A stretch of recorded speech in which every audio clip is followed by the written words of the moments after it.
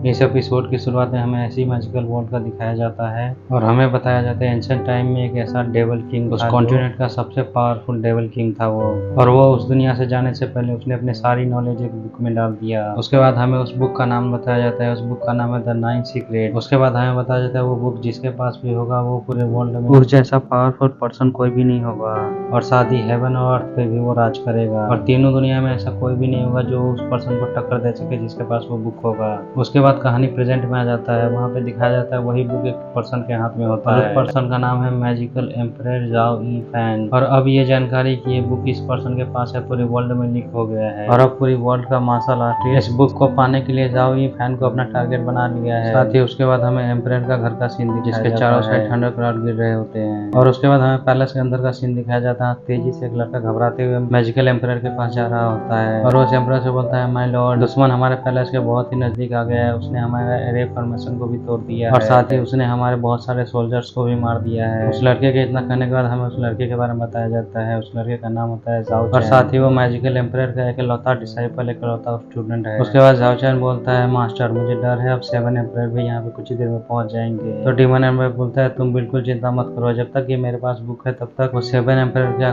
पूरे वर्ल्ड में कोई भी मेरा मुकाबला नहीं कर सकता है। हालांकि मुझे नहीं लगा था वो मेरे साथी को इतना जल्दी हरा देंगे, मगर कोई बात नहीं, चलो चल के देखते हैं बाहर कितने गेस्ट आए हुए हैं। और डीमन एम्परर जैसे ही बाहर आते हैं वैसे ही बोलता है इतने सारे बिन बुलाए गेस्ट कहाँ से आ गए, अब तो इन सारे गेस्ट की खातिरदारी मुझे ही करना पड़ेगा।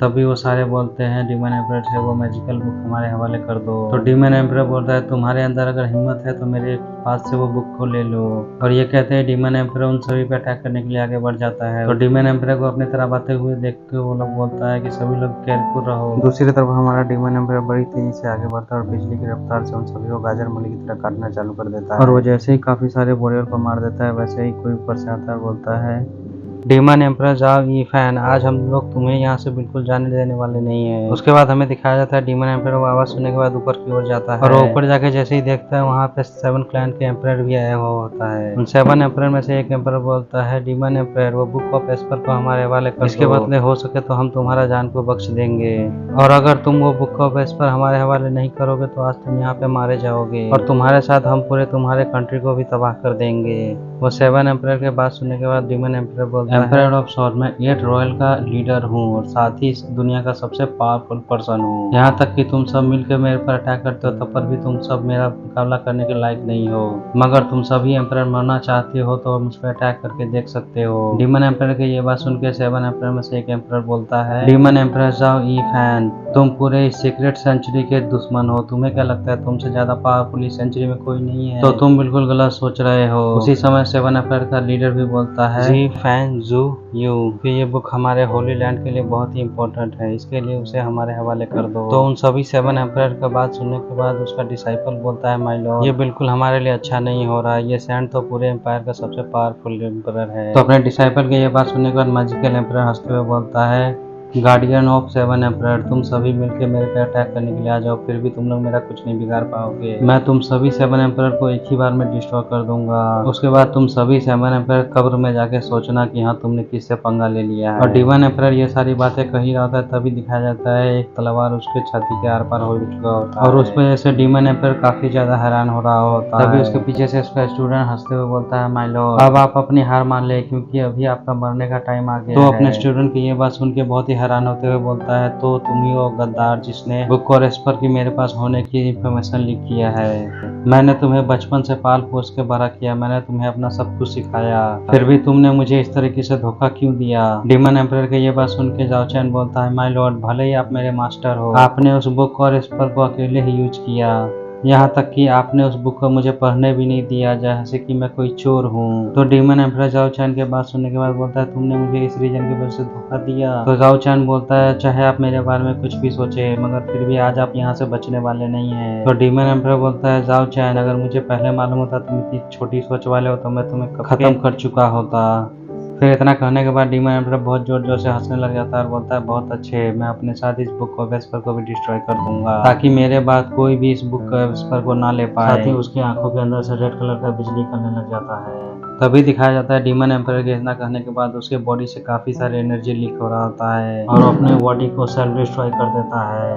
और इसी वजह से वहाँ पे एक बहुत ज्यादा जोरदार ब्लास्ट होता है। उस एनर्जी ब्लास्ट के साथ ही डीमन एम्पायर का बॉडी डिस्ट्रॉय हो जाता है। फिर उसके बाद हमें दिखाया जाता है एक सोल आसमान से नीचे की ओर गिर रहा होता है। नीचे जमीन पे काफी सारे लोग मरे पड़े होते हैं। उन सभी लोग में एक लड़का भी मरा पड़ा होता है और यही लड़का हमारे इस स्टोरी का मेन हीरो है और साथ ही मेन कैरेक्टर भी यही लड़का है। तो उस लड़के के बॉडी को देखने के बाद डीमन एम्पायर का सोल जो होता है वो उसके अंदर घुस जाता है और जैसे ही उसके बॉडी में वो सोल घुसता है वैसे उसके माथे पे डीमन एम्पायर का डिमोनिक सील भी आ जाता है। तो उसके बाद उसका आंख खोलता है और बोलता है तो अब ये है मेरी बॉडी।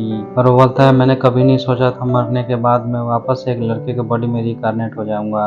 तभी डीमन एम्पायर इतना बोलता है तभी पीछे से उसको कुछ साउंड आता है और वो जैसे ही पीछे मुड़ के देखता है वैसे ही उसे काफी सारे वुल्फ बीस्ट दिखाई दे रहे होते हैं। तभी वो बीस्ट उस लड़के को बॉडी को देखकर दहाड़ रहे होते हैं और उस बीस्ट को देख के लग रहा था जैसे वो काफी सालों से भूखा है और वो बीस्ट दहाड़ने के बाद तेजी से उसके ऊपर अटैक करने के लिए आगे बढ़ जाता है। तभी वो लड़का उस बीस्ट की तरफ घूर के देखता है तो बीस्ट और वहाँ पे जितने पंछी होते हैं से सब उसका पावर देख के वहाँ से तुरंत ही रफू चक्कर हो जाते हैं। उन सभी बीस्ट के भागने के बाद वो लड़का वहाँ से जाने लग जाता है और वो जैसे ही थोड़ी दूर जाता है वहाँ पे एक जख्मी हालत में एक सैनिक होता है और वो सैनिक उस लड़के को देखने के बाद बोलता है जू फैन जल्दी से यहाँ पे और मेरी मदद करो।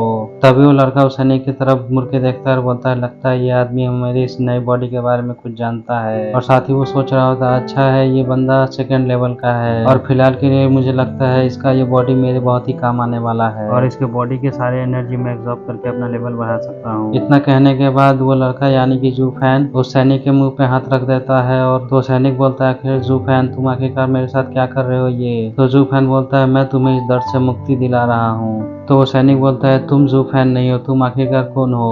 तो जू फैन उस सैनिक के बात सुनने के बाद हंसते हुए बोलता है हाँ तुम बिल्कुल सही बोल रहे हो मैं जू फैन नहीं हूँ बल्कि मैं डीमन एम्परर जू ई फैन हूँ। इतना करने के बाद वो अपनी एक टेक्निक यूज करते हुए 9 सीक्रेट टच का यूज करते हुए उस आदमी के अंदर से उसकी सारी पावर को एब्जॉर्ब कर लेता है। उसके बाद हमें नेक्स्ट सीन सुबह का दिखाया जाता है जहाँ पे जू फैन उस आदमी का पूरी एनर्जी को सोख लिया हुआ और उस आदमी के शरीर पे खाल तक नहीं बचता है और उसी साइड में जू फैन बैठा हुआ कल्टीवेट कर रहा होता है और बोलता है ये बुक ऑफ एस्पर के सबसे highest ranking demonic cultivator method है और इस मेथड को यूज करते हुए हम लोग किसी भी दूसरे आदमी के बॉडी के अंदर से उसकी सारी एनर्जी को एब्जॉर्ब कर सकते हैं मगर किसी दूसरे के एनर्जी को एब्जॉर्ब करने के लिए काफी ज्यादा मुश्किल होता है और ये इस दुनिया के सबसे घटिया मेथड है। उसके बाद जू फैन जब अपनी आंख खोलता है तो बोलता है सुबह हो गई मुझे नहीं लगा था मुझे इसकी एनर्जी एब्जॉर्ब करने में पूरी रात हो जाएगा। उसके बाद जू फैन वहाँ से उठता है और वो उस स्केलेटन के पास जाके उसका कपड़ा उतार के अपने ऊपर ले लेता है। उसके बाद वो अपने हाथ में इलेक्ट्रिक पावर को एक्टिवेट करता है और वो उस इलेक्ट्रिक पावर से अपने सामने एक पत्थर को अटैक करता है और वो अटैक सीधा जाके उस पत्थर पे लगता है। उस पत्थर पे लगते ही वो पत्थर वहीं पे डिस्ट्रॉय हो जाता है और उस पत्थर के टूटने की वजह से वहाँ पे काफी सारा धुआं भी फैल जाता है। उस धुएं के अंदर से जू फैन निकलते हुए एक डिमोनिक स्माइल देते हुए बोलता है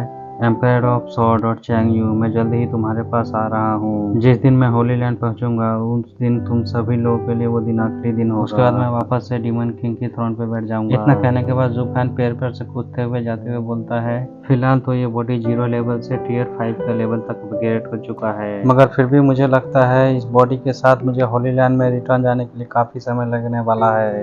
इतना कहने के बाद जू फैन और भी आगे जाने लग जाता है। कुछ दूर वो आगे जाने के बाद अचानक से रुक जाता है और बोलता है यहाँ कुछ तो है यहाँ पे कुछ तो गलत है मुझे अचानक से कुछ अजीब सा फील। उसके बाद जब वो नीचे की तरफ देखता है तो वहाँ पे कुछ लोग खड़े होते हैं एक दूसरे से लड़ने के लिए। उसके बाद एक आदमी और एक लड़की को दिखाया जाता है और वो आदमी वो उस लड़की का सेवियर होता है। उसके बाद उस आदमी का नाम हमें बताया जाता है उस आदमी का नाम होता है पेंग टोंगली और वो लूक लैंड का गार्ड्स का कमांडर होता है। तभी टोंगली वो सामने वाले आदमी से बोलता है तुम लोगों ने हमारे साथ धोखा किया है साथ ही तुमने हमारे लूक लैंड के साथ भी धोखा किया है। तो वो सामने वाला आदमी बोलता है पेंग टोंगली मैंने तुम्हें पहले ही कहा था हमारे मामले में तुम दखल अंदाजी बिल्कुल मत करो। उसके बाद हमें उस बंदे का नाम बताया जाता है उस बंदे का नाम होता है सोंग जुआन जी और वो एक लू फैमिली का सर्वेंट होता है। तभी लूक लैंड के यंग मिस भी बोलता है सन जुआन जी हुई लॉन्ग जिंग कई पीढ़ियों से हमारे लूक लैंड के स्पेशल मार्शल आर्ट है हम तुम्हारे हवाले बिल्कुल भी इसे करने वाले नहीं हैं चाहे तुम इसके लिए हमें मार ही क्यों न डालो।